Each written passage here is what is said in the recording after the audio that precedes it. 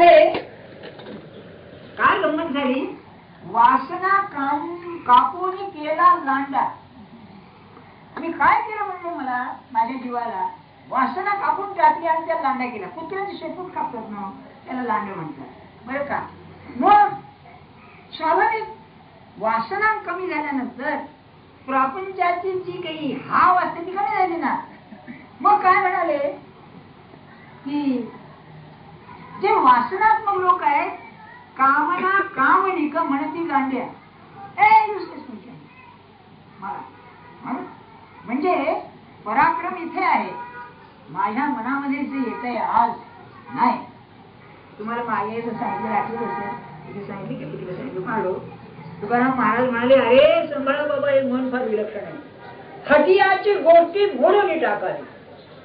जे हट्ट करताना पाहिजे म्हणून नाहीच करा, नाहीतरी जीवा घातक आहे.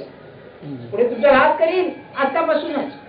एकदा चहा झालाय, पुन्हा बायकून तिकडे आले, केला चहा, घ्या अर्धा कप चहा झालाच आहे. नाही नाही म्हणजे नाही, पण रात्री मोबाईल तर कशाला झोप येत नाही म्हणून नाही का. पण माणूस किती सहज जातो बघा, किती अधीन होतो.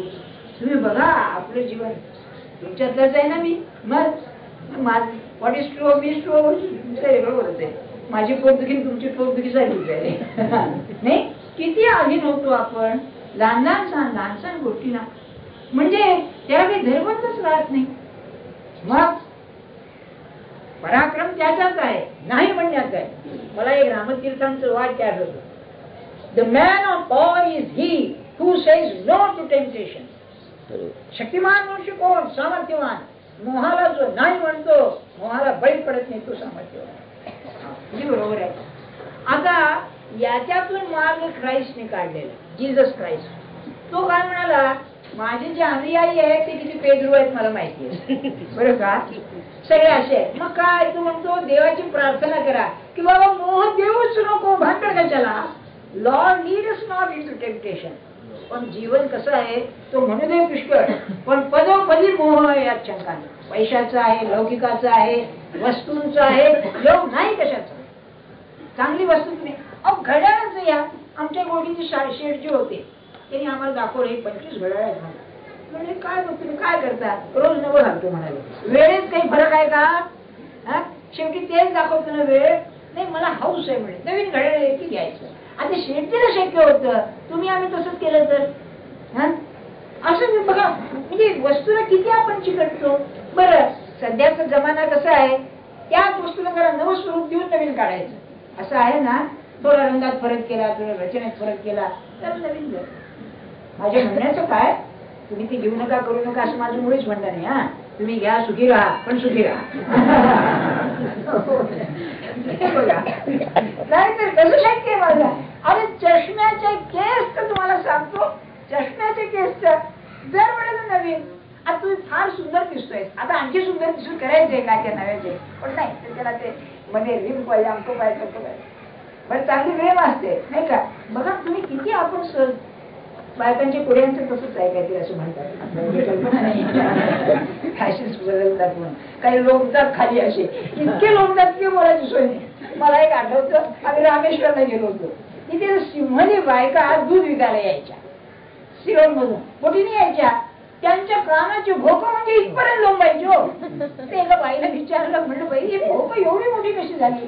त्यामुळे आमच्याकडे पद्धत अशी आहे की लग्नाच्या आधी वजन घालायचं कानामध्ये, तर जितकं भोग मोठं होईल तितकं लग्नाला योग्य म्हणाले. म्हणलं वा काय कराय बघायला. फॅशनची गोष्ट गमत सांगतो. त्या इंद्रियामध्ये नाक लांब करीत नाही कुणी, एवढंच आहे. कान लांब चालतंय सांगायचं हेतू काय आपल्याला की बघा पराक्रम इथे आहे. अरे तुला पाहिजे म्हणून मी का देऊ, मला पाहिजे म्हणून मी करीन, तुला पाहिजे म्हणून देणार नाही. तर माणूस किती परमार्थाला शिव होईल, नाही तर नाही होत. तिसरी गोष्ट साहस. साहस आहे की नाही. साहस काय आहे, अहो काय सांगावं. तुमच्या प्रपंचात काही फरक होत नाही, काही म्हणजे काही फरक होत नाही. पण जरा कुठे देवाचं नाव घेऊ लागला की बायको वस्तू जीव खालीवर करते. काय होणार आहे कोणाचं, जणू काय अगदी आता भक्त होऊन चाला करून गेला अगद्या बरं का. ते रामकृष्णांच्या याच्यात एक गोष्ट आहे, काय गमतीची गोष्ट आहे. ते म्हणाले एक ग्रस्त होता, आता 100 वर्षाचा मागचा जमाना. तेव्हा जरा भांडण झालं नवरा नवरा बायकोचं, की तो बायकोला म्हणायचं मी संन्यास घेईन, म्हणायचं संन्यास घेईन. बिचारी घाबरायची, आता नवरा संन्यास घेतल्यावर काय करायचं म्हणून गप्प बसायची. ती यांच्याकडे आली, काही करू नकोस म्हणाले, तू असं कर, संन्यासाचं ते सगळं वस्त्र विस्त्र आणून ठेवून दे आणि जरा म्हणाला संन्यास घेऊन घ्या म्हणून समोर कर म्हणाले. त्याला 2 दिवसांनी भांडण झाल्यावर घेताना घ्या, हे घ्या संन्यास, नाही घ्या तो वेळ आहे म्हटलं. किंवा मला माझ्या विद्यार्थ्यांनी एक गोष्ट सांगितली, ती फार अप्रतिम आहे. काय सांगावं आपल्याला, मला सुद्धा हसू आलं बघा. आमचं फिलॉसॉफीचा विद्यार्थी काय विचारता, विद्यार्थी तो म्हणाला असं नवरा भांडण व्हायचं, खेडेगावचं राहणं, विहिरीचं पाणी, तेव्हा सारखं दम द्यायचा, पुन्हा भांडी तो विहिरीत उडी टाके. बिचारी गप्प बसायची. तिला असंच कोणतरी गुरुमंत्र दिला, मा उडी मारायचं. तेव्हा असं भांडण झाल्यावर म्हणजे मारा उडी, नाही म्हणलं मला गरम पाण्याची सवय का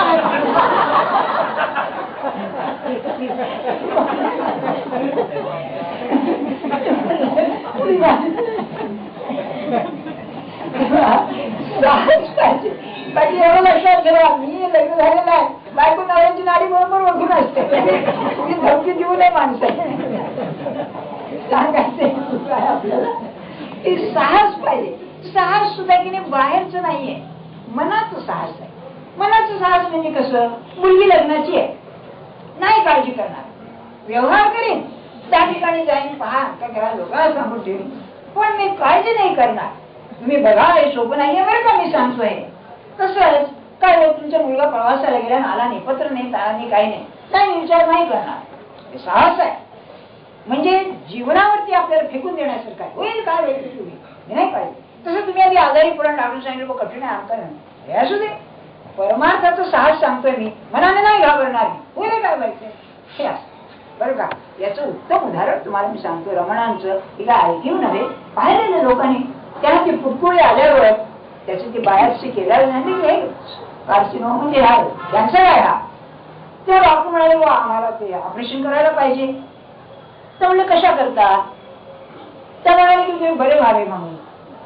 तर ते काय म्हणाले, हा रोग जर मला घेऊनच जायला आला असेल तर बरं का, काय वृत्ती असेल बघा. तेव्हा सांगायचे मग त्यावेळेला काही मग ते म्हणाले ऑपरेशन करा, पण मी दवाखाना घेणार नाही, ऑपरेशन झाल्यावर स्नान करीन. हे त्यांनी अटी घातल्या आणि ते केलं ऑपरेशन त्यांच्या बाथरूम मध्ये. त्यांना ताप आला, स्नान केलं. संध्याकाळी त्या पिल्लेने त्याला विचारलं किंवा आता हे झालं, ठरलं कॅन्सर आहे, ऑपरेशन आहे, तुम्हाला भय नाही का वाटत. अरे काय सांगते, काय म्हणाले, अरे हा देहस्फुटीचा आत्म्यावरचा रोग आहे, त्या रोगाला रोग झाला तर आम्हीच काय करायचं. अरे भाषा तरी समजते का आपल्याला, काय हे विलक्षण असतं. ते घाबरणं बिबरणं भानगडच नाही, नाही का. तसं आपण थोडा प्रयोग करायला काय हरकत आहे, की ज्या गोष्टी माझ्या हातात नाही दिसतच आहे त्या गोष्टी सुद्धा मी नाही काळजी करणार, नाही त्यात तळमळ करणार. त्याबद्दल काय, समजा तुमच्या मुलीचं लग्न होत नाही, किती मनोरम आहे, 25 वर्ष झाली, 30 वर्ष झाली, बाबा काय करावं लग्न, पाहणं सगळं चालू असतं, सगळं व्यवस्थित होत नाही, मी नाही काळजी करणार, नाही काळजी करणार. आणि ही न करायला भगवंतावरती श्रद्धा पाहिजे, नशिबावर प्रारंभावर तरी पाहिजे, पण ती नसलं एक धाडस आहे की नाही, नाही काळजी करणार. हे साहस प्रपंचात असं किती साहस आहे. उदाहरणार्थ काय तुमच्या ऑफिसमध्ये गडबड झालेली आहे आणि काय होईल मग सांगता येत नाही, अंगावर काय येईल ते, नाही काळजी करणार, उद्या काय व्हायचं आहे ते, मनाने करायला काय हरकत आहे, आपले प्रयत्न करा, पण मनाने नाही घाबरणार, तुझे काय व्हायचं. हे साहस परमार्थाचं. शेवटचं निर्भयता. हा तर सांगू ना, सत्वगुण आपल्या सात्विक संपदा जी आहे त्या दैवी संपत्तीचं प्रधान गुण पहिला आहे अभयम सत्व संशुद्धी. लोकमान्य जो काय होतो मला सांगा, निर्भयता. आणि निर्भयता हा ईश्वराचाच गुण आहे, त्याला कसली भीती आलेली. आणि संतांची जवळ असेल तर निर्भयता असेल. आता बघा बरं का वाटतं नाही का, कृष्णमूर्तींच्या वाङ्मयामध्ये 1/3 वाङ्मय भयावरती आहे बरं का. तर त्यांची पद्धत जरा ती निराळी आहे, त्यामुळे लक्षात येत नाही. पण मी आपल्याला वेदांताची सांगतो प्रक्रिया काय आहे या भयाबद्दल. द्वितीय आत्मही भयं भवती. उपनिषदामध्ये मंत्र आहे की माझ्याशिवाय आणखी कोणीतरी आहे, म्हणजे मी आत्मस्वरूप. द्वैत आलं की भय आलं. बर, याचा अर्थ तरी काय, मी भगवंताहून वेगळा झालो की द्वैत आलं, भगवंताहून वेगळा झालो आणि द्वैत आलं की भय निर्माण झालं. मग याला उपाय काय? तर मी जो भगवंताचा आहे तेच मी स्मरण ठेवलं तर व्हायचं कारण काय? भगवंत कसं आहे? आनंद स्वरूप आहे, कल्याणमय आहे, कल्याणाचं विधान आहे. तर तो जे करील ते माझ्या हिताचंच असलं पाहिजे. मला जरी आज वाईट दिसलं माझ्या स्टँडर्डने तरी ते वाईट नाहीच आहे. मग ज्याची निष्ठा आहे त्याला भय नाही. मी आपल्याला ते उदाहरण पुन्हा सांगतो. माझ्या मित्राचे वडील मोगलाईमध्ये, तो मुसलमान हा अधिकारी आणि अति हिंदूंचा द्वेष करणारा, काय विचारू नका. आणि हे उशिरा जायचे, 11 वाजता 10:30 वाजता ऑफिस टाइम पुन्हा सुरू होते. बोलावलं बोलाव, ते तिथे सलाम बोलो म्हणतात. सलाम बोलो म्हणजे बोलावं. किती वाजले म्हणाले? 11 वाजले. ऑफिस टाइम काय? 10:30 आहे.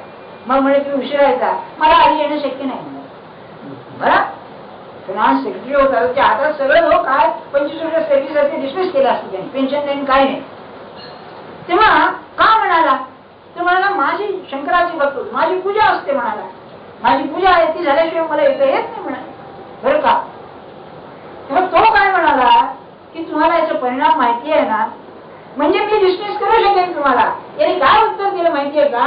की हुजूर तुम्हाला आणि मला देणारा वर बसलेला आहे, तेव्हा म्हणाले त्याच्या इच्छेने काय व्हायचं होऊ दे, जा म्हणाला. आणि रोज त्याला भेटायला बोलवायचा. आणि एक दिवस गेले नाही तर म्हणायचं काय? क्या दोस्त मिळला नाही म्हणाले, क्यों नाही आया?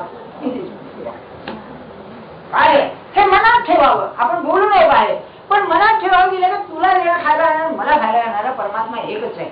माझा गुरु मला संभाळतोय, तू काय रे का माझं वाक्य करतोस? हा, हे निर्भयता आहे. बाहेरून व्यवस्था करा तुम्ही काय करायची, पण मनात असं पाहिजे माझ्या जीवनात घडणारी रोग राई, माझ्या मुलाबाळांचं काय सगळं जे असेल तुझ्या हातात सूत्र आहे. याला महाराज उत्तम सांगायचे. अरे निर्भयला सगळ्यात उत्तम उपाय म्हणाले भगवंताच्या हातात दोऱ्या द्याव्या. अर्जुनाने काय केलं? रथाच्या दोऱ्या भगवंताच्या हातात दिल्या, त्याच्या हातात सूत्र दिलं की काय निर्भयता. आणि मग गमतीनं काय म्हणाले पुढे? ते फार ऐकण्यासारखं आहे. सत्पुरुष कसं बोलतात. म्हणाले ज्याने कुरुक्षेत्राच्या रणांगणातून याचा रथ सही सलामत नेला, तुमच्या प्रपंचाचा रथ नाही का नेणार म्हणाले. काय विकार प्रपंचशींचा. अरे परमात्मा एवढा त्याच्या हातात, ते देता आलं पाहिजे. जाऊ दे घेऊन पण सरळ एवढं तुम्हीच मला तर शिकवा. त्याच्या हातात कशी दोरी द्यायची. आपलं काय होतंय, दोरी देतो पण जसं ड्रायव्हर मालकाने ड्रायव्हरला म्हणून असं कर तसं कर, याला ड्रायव्हिंग येत नाही बरं का, सांगतो ऐसा करो. तो म्हणतो महाराज आपण गप्पासा ना, मालक असाल गाडीचे पण गाडी चालवता येत नाही तुम्हाला. तशी आपली स्थिती आहे बघा. आम्ही म्हणणार महाराज असं करा ना, तसं करा ना, हे करा ना, ते करा ना. अरे पण माझ्या हातात दोरी देण्याचा अर्थ काय नाही का. आणि गंमत अशी गीतेतला एक पॅराडॉक्स विरोधाभास तुम्ही पाहिलाय का? फार सुरेख आहे. सहज माझ्या वाचताना ज्ञानेश्वरी वाचताना ध्यानात आला. काय आहे, जेव्हा आला ना रणांगणावरती अर्जुन, तेव्हा त्यांनी डिक्टेट केलं कृष्णाला, हा सैन्याच्या मध्ये म्हणून उभा कर, असं कर. अरे का? मला पाहिजे आमको कोण आहे, तुमको कोण आहे. म्हणजे हा डिक्टेटर बरं का, मालक हा. आणि पुढे नाही बाबा तुला आता शरण आलं, तू स्वामीला काय करून ते. आपली स्थिती अशी आहे, सूत्र घेतो हातात पण मग अमकं करा तमकं करा. हे का त्याला काय एवढं कळत नाही? तुला जे कळतं ते त्याला कळत नसेल का? नाही, कशा आपली चित्त बघा की त्यांना सर्वज्ञ म्हणून त्याच्या हातात द्यायचं. आणि पुन्हा मग अमकं करा, हा तुम्ही असं करा किंवा भाजी जरा तिखट लागते तेवढं दही घाला त्यामध्ये, असं काहीतरी सांगा. पण हे काय काही भाजी तुम्ही म्हणले, अरे तुला पोटात ते थंडी झाली म्हणून तिखट भाजी केली आहे असं म्हणला तर तो नाही, तो चुकेल असं समजतं कसं आपण नाही का. म्हणून काय सांगू तुम्हाला, ज्ञानेश्वर महाराजांची इतके ही गोष्ट दुसरी कोणीच सांगितलेली नाही. तुम्हाला खरं सांगू, सगळे सरळ सांगून गेले, त्याच्या हातात द्या, त्याच्या हातात द्या. माये जीव ते नेले, तेव ते निवांतची गेले. काय सांगू तुम्हाला, एक एक शब्द असा आहे नुसता खरोखर कोणी घेतली मोती आहे जैशी, मोती आहे की निवांतची गेले. त्या पाण्याने तक्रार नाही केली कधी. म्हणून मी आपल्याला सुचवलं होतं, परमार्थाचा अभ्यास करताना तक्रार सोडायला शिका. हा जगाकडे तक्रार करा, माझा भक्त माझा आपण करा, संप करा, भाकरी वाटेल ते करा, पण भगवंताला नाही. बरोबर केलंस, तू योग्य केलंस, हे मनातून वाटलं पाहिजे. नाही, तू ज्या अवस्थेत मला ठेवलंयस ना बरोबर, हे निर्भयता. मग कसलं भय, त्याला बरोबर घेतल्यानंतर मग भय कसलं आलंय तुम्हाला हे माहिती आहे ना. हे परवा पेपर मध्ये मी वाचलं की पंडित नेहरू होते, त्यांच्याबरोबर सुरक्षा अधिकारी असायचे पण थोडे, आणि ते लोकांत एकदम मिसळायचे, त्यांची फार हवेगंडी व्हायची. हा प्राईम मिनिस्टर एवढा लोकांमध्ये म्हणजे कुणी काही करू शकेल नाही का. आता म्हणाले प्रत्येक मिनिस्टरला 5-5 तासाला त्याच्या बरोबर असतात, मागे गाड्या पुढे गाड्या. मित्र स्वातंत्र्य नाहीच ते नाही का. माझ्या म्हणण्याचा हेतू काय, इतकं करून सुद्धा निर्भय जायचे का नाही. मग ज्याला परमात्माचा पाठिंबा आहे त्याला काय समर्थाचे फिरत ना, तेव्हा औरंगजेब त्यांच्यावरती मात्र फकीर म्हणायचा. तो त्यांना माहिती होतं ते की शिवाजीचा हा ऍडवायझर आहे म्हणून. तेव्हा तिने एकटे फिरायचे. तेव्हा त्यांना विचारा, हो हे काय आहे. अरे राम माझा आहे म्हणलं, मला कोण हात काय आहे बघा, ते निर्भयता. तेव्हा शूर कोण, प्रपंचाला जिंकतोय, संसाराला जिंकणारा तो कसा पाहिजे, निर्भय पाहिजे. काय होणार आहे एवढं तरी म्हणा, जेवायचे ते होऊ दे, काय व्हायचे म्हणून बरं का. मृत्यू येईल, कष्ट होतील, याच्यापर्यंत काय व्हायचंय. साहस पाहिजे, थोडं मनाचं साहस आहे. नाही आपण काळजी करणार नाही, काय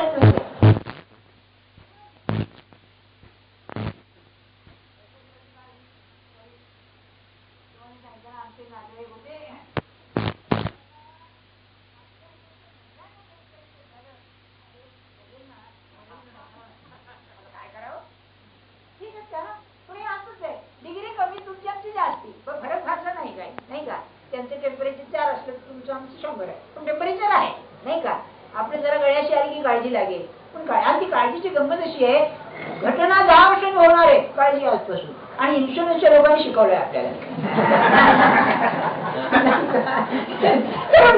म्हणजे म्हणजे मुलगी लग्नाची वाढ 25,000 रुपये तिला बक्षीस, तोपर्यंत काय मुलगी जगते का नाही, कोणाचा हात धरून जाते, भानगडी होतात, पत्ता नाही. शेवटी पण गंमत बघा कशी आहे.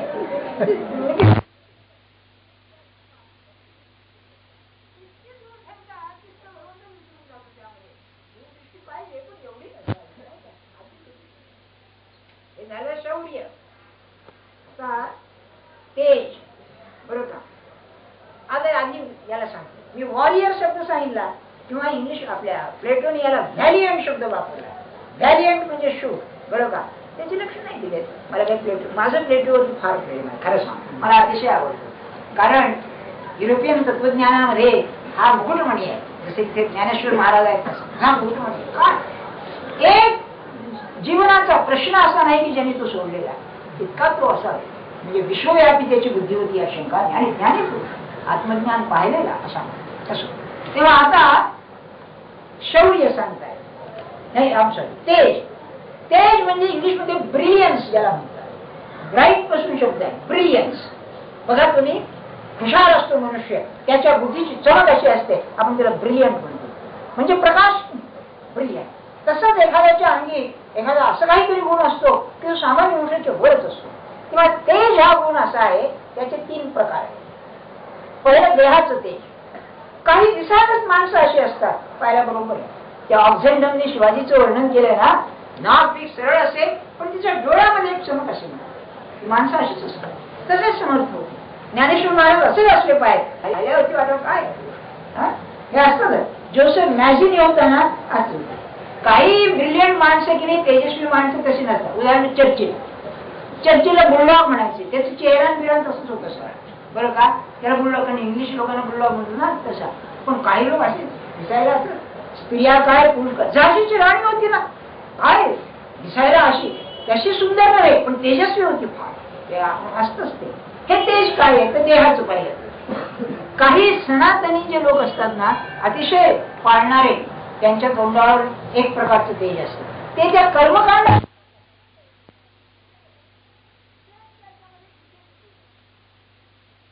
लोकमान्य होते ना, काय तोंडावर तेज, विद्येचं तेज, अतिशय विचारी. आणि आईन्स्टाईन होता, आईन्स्टाईनचं वर्णन ते इन्फ्रेडने असं केलं. तो पहिल्यांदा भेटायला गेला, तो ज्यू, जर्मन ज्यू, तो पळाला आणि त्यांना भेटायला. त्या दोघांनी मिळून एक ग्रंथही लिहिलेला आहे बघा. तेव्हा तो हा क्लासमध्ये शिकवित होता आईन्स्टाईन.